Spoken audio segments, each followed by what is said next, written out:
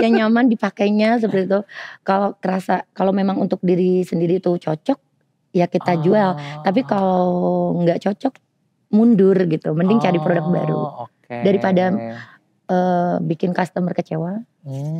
Terus biar semangat apa? Biar semangat tuh apa sih rasanya? Rasanya aku punya...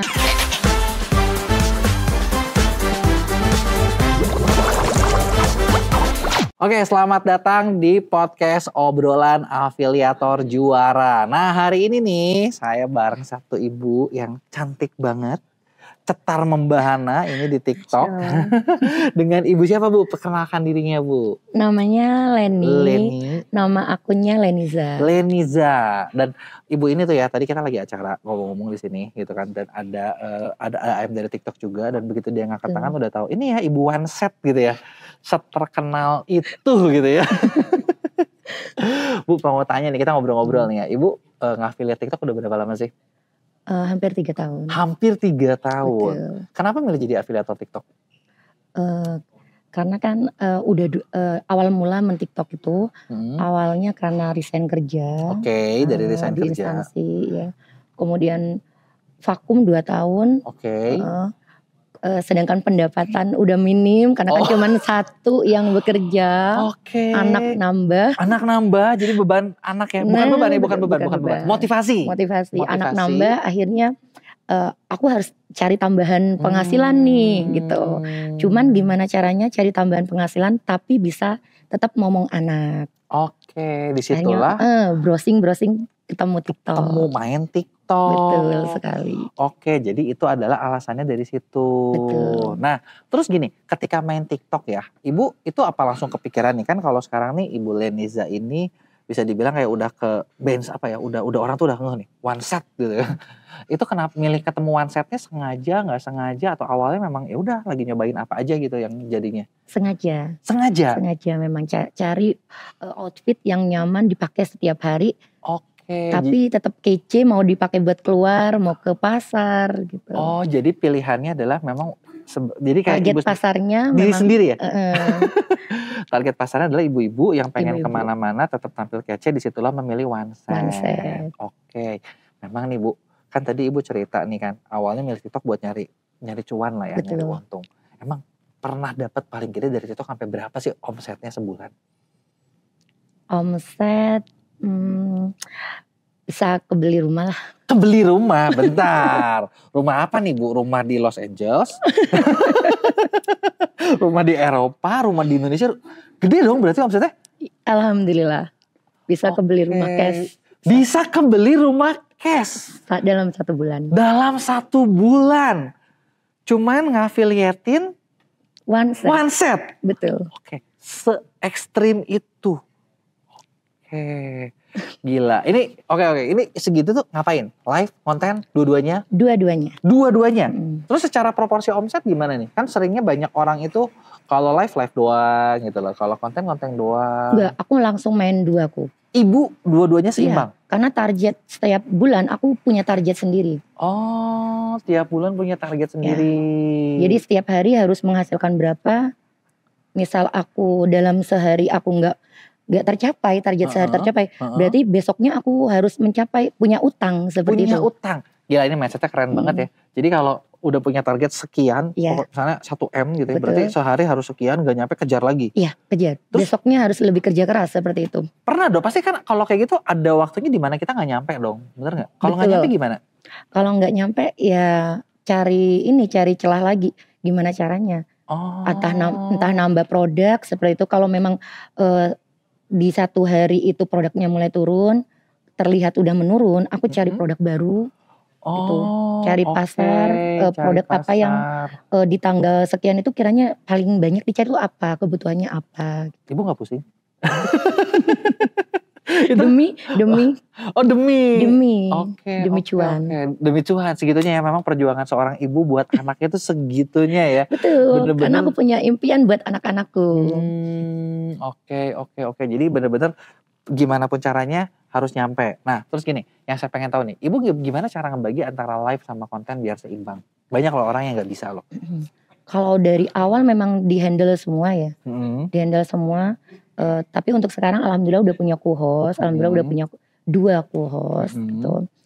Jadi untuk permulaan hari itu diatur jadwalnya. Misal hari ini aku fokus nge-live, terus jam istirahat hari pertama aku gunain buat atur bikin konten. Oh hooknya ini nih, aku bikin hook dulu. Terus mungkin di hari Selasa bikin konten. Jadi bikin konten itu khusus hari Selasa aku konten terus. Jadi diatur waktu ya, pembagian waktu ya. Iya. Jadi tadi Selasa bikin konten. Terus Senin ngapain? Senin fokus nge-live. Biasanya Senin nge-live, Selasa konten, Rabu entah bikin hook apa bikin ini ya, bikin materi bikin tambahan yang dibutuhkan. materinya seperti itu. Kamis enggak sih, bebas. Oh udah waktunya santai. Iya. Gila keren banget ya, udah bisa. Coba Jumat? Jumat itu kebetulan anak-anak lagi libur kan. Main sama anak? Iya, bikin masakan anak-anak gitu. Sabtu main juga? Minggu libur. Bentar, ini kayaknya tapi tetap nge-live sih. Tetap nge-live setengah hari. Oh setengah hari, tapi kayaknya banyak yang sirik nih Bu. Kayak kalau tadi Ibu cerita ya, Ibu tuh kayak kerja Senin, Selasa, Rabu. Udah ya? Iya, Senin, Selasa, Rabu. Karena Kamis tadi dia ada me time, Jumat, Sabtu, Minggu ada waktu buat anak. Dan Ibu masih bisa ngasilin segitunya gitu. itu keren loh, itu keren bener. Terus gini Bu, kalau misalnya Ibu alami nih, kendala yang paling susah nih ya ketika misalnya affiliate itu tuh apa sih? Kendalanya mungkin ya ketika kita udah tidak menemukan produknya udah mulai turun sih. Kalau lagi naik-naiknya malah lebih semangat ya. Mau nge-live dari jam 6 pagi sampai jam 12 malam pun ayo. Ayo gitu. Pernah sehari 12 jam sendiri. 12 jam? 12 jam sendiri. Okay. Non-stop. Oke, kayaknya kalau saya besoknya tuh udah langsung ini Bu, mau diopname dulu 2 hari gitu. Itu 3 hari loh kok. 3 hari berturut-turut seperti itu. Karena waktu itu ada target memang dari pihak TikToknya. Oh, dikasih target. Jadi setelah itu langsung digas ya? Iya. Kebetulan traffic bagus, dalam kondisi bagus. Bener, oke. Terus biar semangat apa? Biar semangat tuh apa sih rasanya?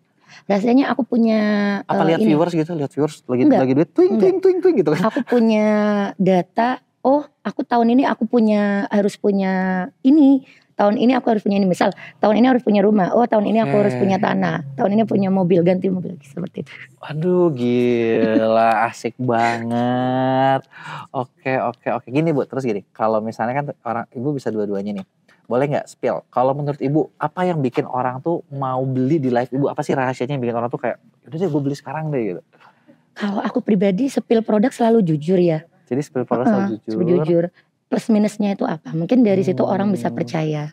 Jadi kepercayaan. Branding kepercayaan sih. Kalau di konten sama juga? Sama, aku spill apa adanya. Jadi kan suka ada nih affiliate tuh yang melebih-lebihkan lah ya, bener nggak? Misalnya kayak, ini produknya nggak bagus-bagus amat nih, ya udah karena dia afiliasiin, komisinya gede, ya udah pokoknya ini bagus banget, juara, beli aja, nggak gitu? Nggak, apa adanya. Jadi kalau kata Ibu oke, ya udah. Kalau Ibu jelek, ya udah. Ibu sendiri kalau milih produk ada ini nggak? Ada kriteria sendiri nggak sih? Ya, yang nyaman di aku. Susah dong yang nyaman di Ibu. Yang nyaman dipakainya seperti itu. Kalau memang untuk diri sendiri itu cocok, ya kita jual. Tapi kalau nggak cocok, mundur gitu. Mending cari produk baru. Daripada bikin customer kecewa. Nanti hilang kepercayaan kan kok jadi check out lagi. Iya.